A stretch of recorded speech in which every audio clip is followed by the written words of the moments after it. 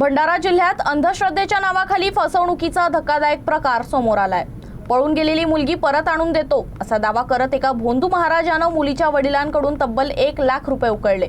विशेष म्हणजे मुलगी परत आली नाही तर पैसे परत देऊ अशी हमी ही स्टॅम्प पेपरवर लिहून देण्यात आली होती। मात्र मुलगी परत आली नाही आणि पैसेही मिळाले नाहीत। अखेर या प्रकरणाचा अनीसनं भांडाफोड केला असून पोलिसांनी गुन्हा दाखल केला आहे। भंडारा जिल्ह्याच्या पवनी तालुक्यातील पिंपळगाव निपाणी येथील हेमदास बावणे महाराज यांच्यावर फसवणुकीचा आरोप करण्यात आला आहे। शिवशंकर डोरले यांची मुलगी काही दिवसांपूर्वी घरातून पळून गेली होती। मुलगी परत यावी यासाठी कुटुंबियांकडून प्रयत्न सुरू होते। त्याच दरम्यान बावणे महाराज जादूटोणा आणि पूजाविधी करून पळून गेलेल्या व्यक्तींना परत आणतात अशी माहिती डोरले यांना मिळाली। यानंतर त्यांनी बावणे महाराजांची भेट घेतली। महाराजांनी पूजा केल्यास मुलगी परत येईल असा दावा केला। इतकंच नाही तर मुलगी परत आली नाही तर पैसे परत देण्यात येतील अशी हमी स्टॅम्प पेपरवर लिहून देण्यात आली। या बदल्यात डोरले यांच्याकडून 1 लाख रुपये घेण्यात आले। मात्र पूजा करूनही मुलगी परत आली नाही।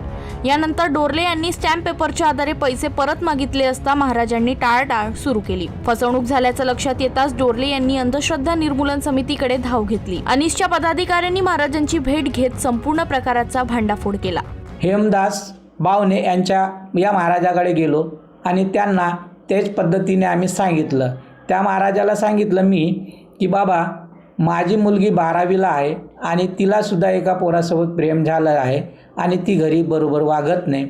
तेव्हा महाराजांनी आपली पोथी काढली, पंचांग काढलं आणि सांगितलं की हिला बाहेर बाधा लागलेला आहे तर तुम्हालासुद्धा मौनी करावा लागेल आणि त्यासाठी 7,500 रुपये तुम्हाला खर्च पहिल्यांदा द्यावा लागेल।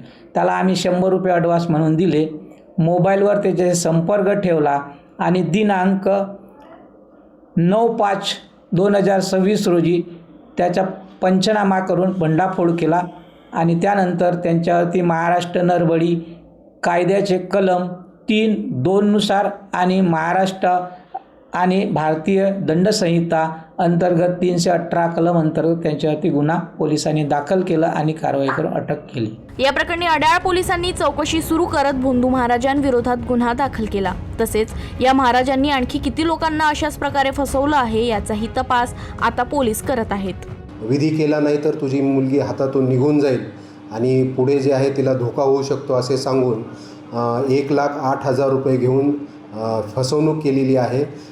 त्या अनुषंगाने पोलीस स्टेशन अड्याळमध्ये फसवणूक त्याचप्रमाणे कलम 3(2) महाराष्ट्र नरबळी आणि अमानुष अनिष्ट व अघोरी प्रथा व जादूटोणा कायद्याअंतर्गत गुन्हा दाखल करण्यात आलेला आहे। अंधश्रद्धा आणि भोंदूगिरीच्या नावाखाली लोकांची फसवणूक होत असल्याच्या घटना सातत्यानं समोर येत आहेत। त्यामुळे नागरिकांनी अशा दाव्यांवर विश्वास न ठेवता कायदेशीर मार्गाचा अवलंब करण्याचं आवाहन प्रशासन आणि अनीसकडून करण्यात येत आहे।